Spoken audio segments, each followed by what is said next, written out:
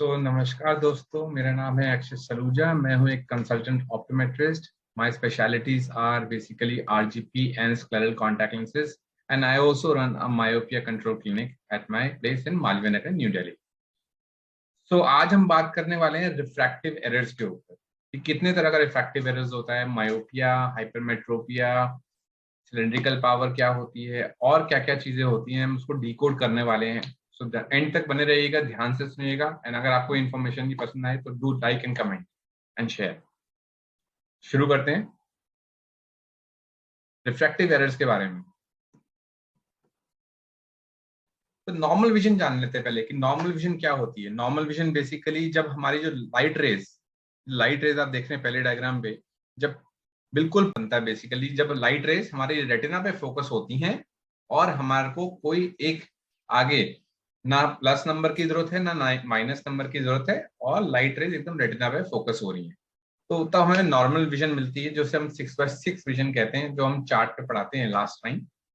And इस case में हमें चश्मे की जरूरत नहीं होती। बात करते हैं मायोपिया के लिए।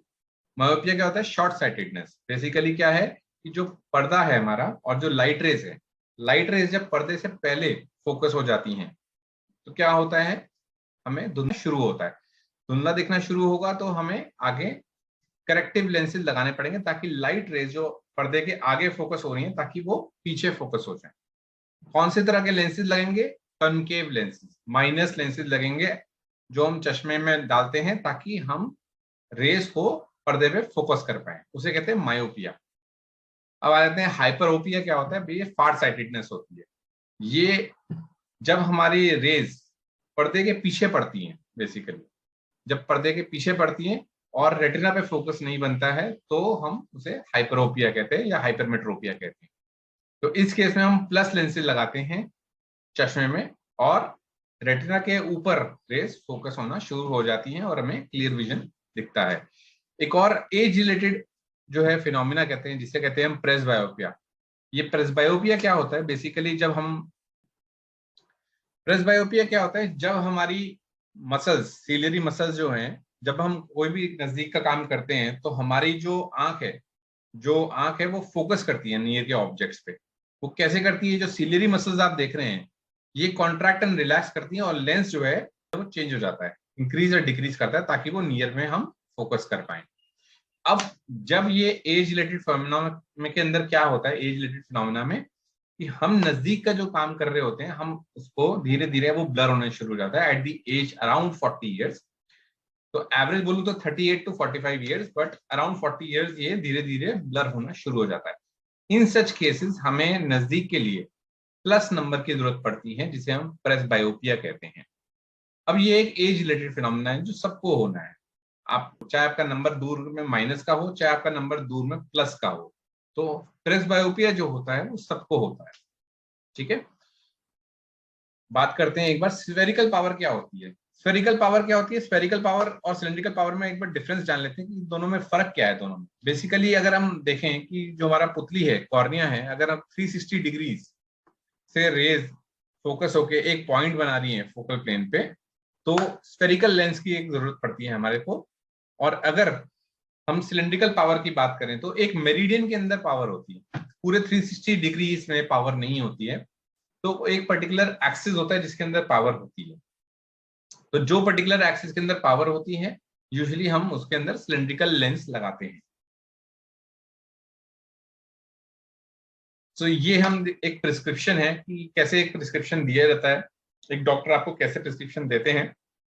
Date is very very important कि आज हमने अगर आपका चश्मे का नंबर चेक किया है तो क्या डेट है उसकी, patient name, and then right eye, left eye, spherical, cylindrical, axis and vision. Usually whenever there is a cylindrical power there will always be an axis। जैसे मैंने बताया एक मेरिडियन होता है जिसके अंदर सिलेंड्रिकल पावर दी जाती है।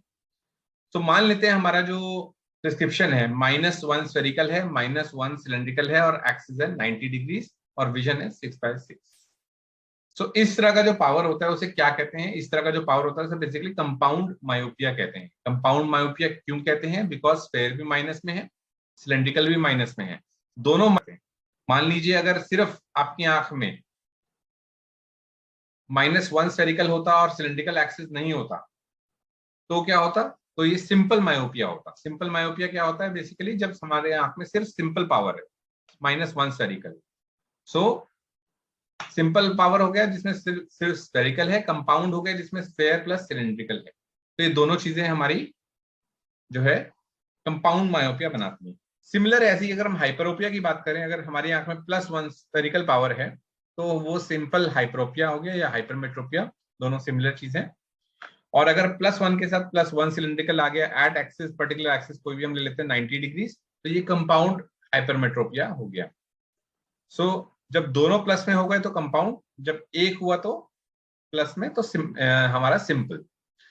नीचे हम बात करते हैं, देखिए लिखा है आर एडिशन एल एडिशन। तो ये आर एडिशन एल एडिशन क्या है, बेसिकली एडिशनल पावर है कि अगर आपकी एज 40+ हो गई है, सो अगर आपको प्रेसबायोपिया हो गया है, what ever your distance power में भी, अगर आपकी डिस्टेंस पावर कोई भी है और जिसमें आपको बेस्ट करेक्टेड विजन एक्ट जो आपको दिया जा रहा है वो 6/6 है, और it can be any other vision also, but 6/6 the targetable vision जो हम लेके चलते हैं। सो एडिशन जो है वो होता है हमारा जो प्रेसबायोपिया के अंदर देते हैं, मतलब नियर में जितना हमें एडिशन चाहिए जो फोकस कर पाए, इसका मतलब ये है। सो नियर में कितना एडिशन, यूजुअली +1 स्फेरिकल जो है इससे स्टार्ट होता है at the age around 40 years approximately, and goes up to 3 के आसपास ही जाता है at the age around 55 to 60 years के आसपास। तो that depends on the your optometrist and your doctor की आप वो क्या पावर दे रहे हैं। हो सकता है किसी ने इन अदर केसेस में, बहुत अलग केसेस के अंदर किसी ने पहले कैटरेक्ट ऑपरेशन करा लिया हो at the age of 40 years और डॉक्टर आपका उसको आपको +2.5 या +3 एडिशन दे रहा हो, तो that is also normal, because आपकी आंख में जो फोकस करने की एबिलिटी है कैटरेक्ट ऑपरेशन कराने के बाद बिल्कुल खत्म हो जाती है। So that is very normal. So जो है जब हम प्रिस्क्रिप्शन लिख रहे होते हैं तो हमें बिल्कुल मेंशन करना होता है कि ये डिस्टेंस के लिए है या ये रीडिंग्स के सिर्फ रीडिंग पर्पस के लिए है। प्रोग्रेसिव होता है जिसमें दूर और इंटरमीडिएट और पास का तीनों का विजन क्लियर हो जाता है। और फोटोक्रोमेटिक या एंटी क्लियर बन रहा है, कोई पर्टिकुलर टिंट आपने एडवाइस किया है या आपने इसको बाइफोकल चश्मा एडवाइस किया, कोई और एडिशनल कमेंट्स है डेफिनेटली, एंड किसने ये प्रेस्क्राइब किया है। So this is the standard format of giving a prescription anywhere across the country और अक्रॉस द वर्ल्ड। कि ये आपको समझना बहुत जरूरी है कि कैसे हमारी पावर्स होती हैं और कैसे हमारा विजन इसमें दिया जाता है। So thank you so much आज के लिए, and do like, comment and share. तो बहुत वैल्यूएबल इंफॉर्मेशन है हर एक पर्सन के लिए। Thank you so much.